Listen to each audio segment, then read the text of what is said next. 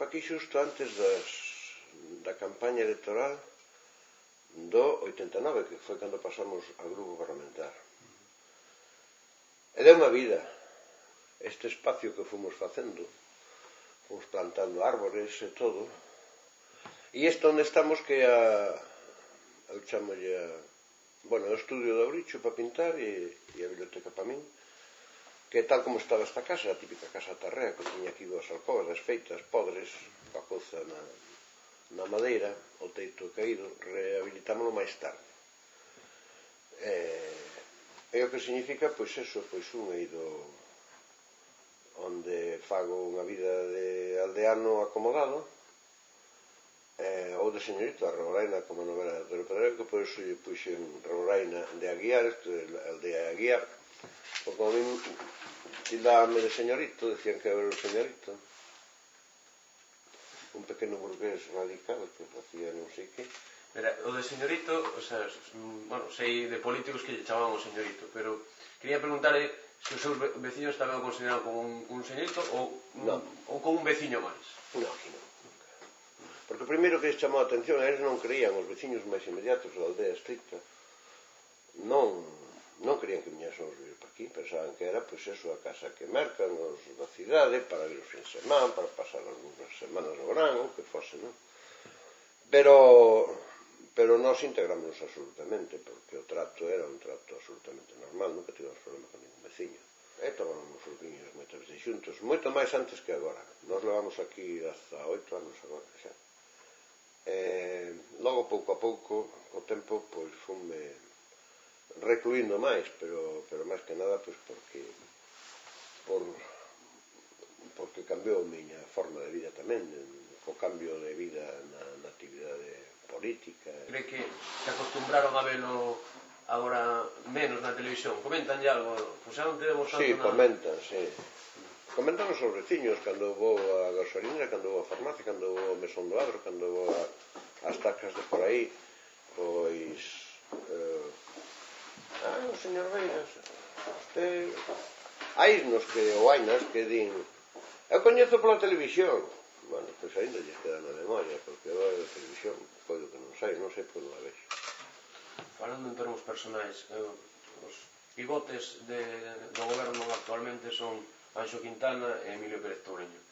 De Quintana, le quería preguntar un pouco a percepción personal que ten de Anxo Quintana. Vostede, digamos, nos seus tempos foi un dos seus mentores políticos.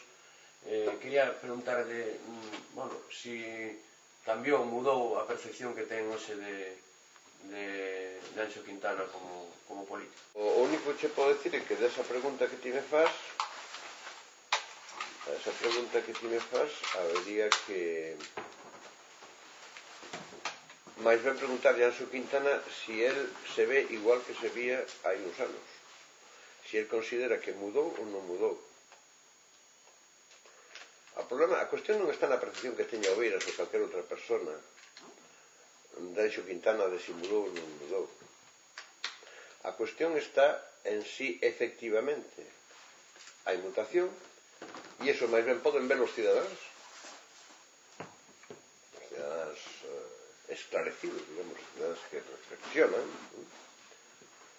do que podo velo eu podo ter a miña opinión, que non che vou dicir. Eu, cando estaba na política, incluso cando xa o Bloque tiña un peso institucional importante, eu andaba moito polo país. Eu tiña moito contacto cos cidadáns, de acordo?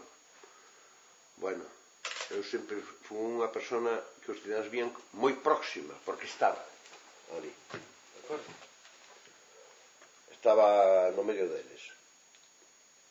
Eu coido que a reclusión no recinto do que é a Xunta de Galiza, do que é a Administración, eso é terrible, porque a política institucional embrutece moito,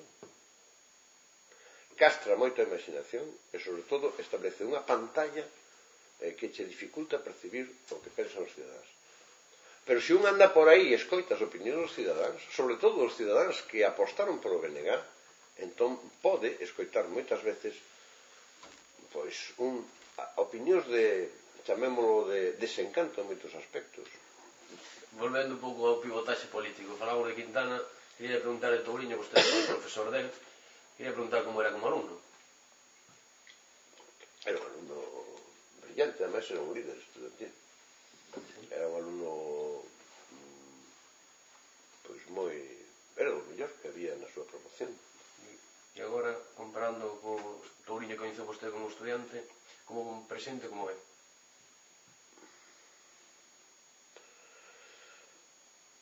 Bueno, eu coido que Touriño, primeiro, a Touriño non ten unha visión nacionalista de Galiza, xa non digo que sexa non sexa nacionalista, non?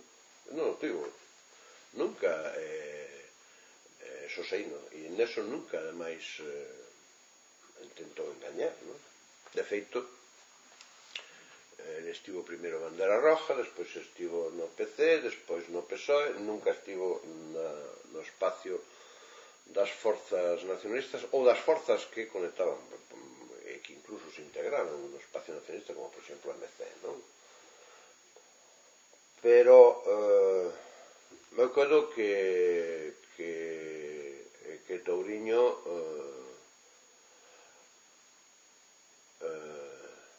tiña que xercer como presidente da Xunta de Galicia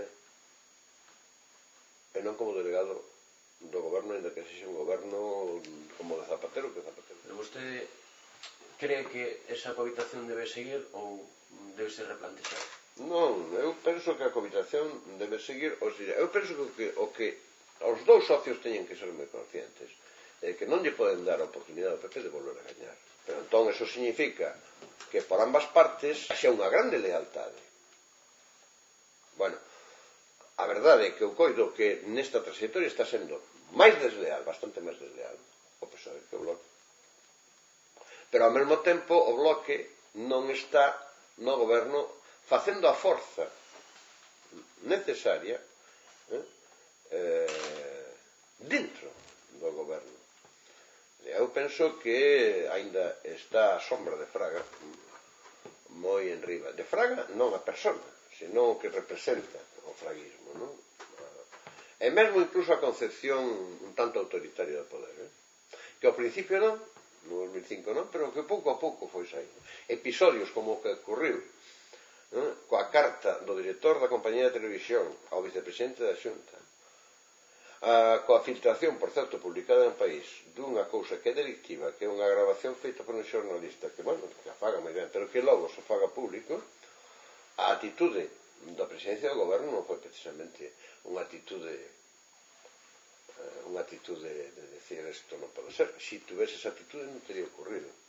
Na última reunión miña con Manuel Fraga Ibarne, eu dixerlle: até agora todo o gasto fixémoslo nós, todo o coste estou naturando eu, usted deu primeiro os pasos, logo frenou, ten moitas dificultades para adiante, deixemos isto en stand-by, se usted dá un paso adiante eu vou detrás, pero eu xa non volvo a dar pasos adiante que usted se quede preparado. Sería capaz hoxe de manter, digamos, un encontro de xeito persoal con el? Vamos a ver, si eu tuvese unhas responsabilidades políticas en función das cales a miña obriga, o meu deber, fose facer iso, faría. Si depende da miña apetencia personal, non teño ningún interés.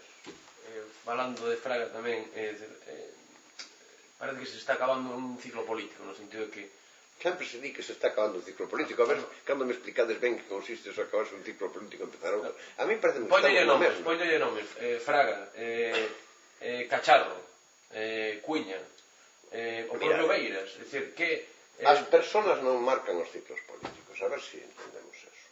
Nin siquiera Napoleón marcou un ciclo político, cuidado. As persoas son instrumentos que expresan, ou son exponentes que expresan e contribúen a conducir, se teñen percepción do fenómeno, ciclos sociais e políticos, procesos e movimentos sociais que están na sociedade. Cuidado. Non mitifiquemos a política. Eu sempre me lembro das estrofas da Internacional.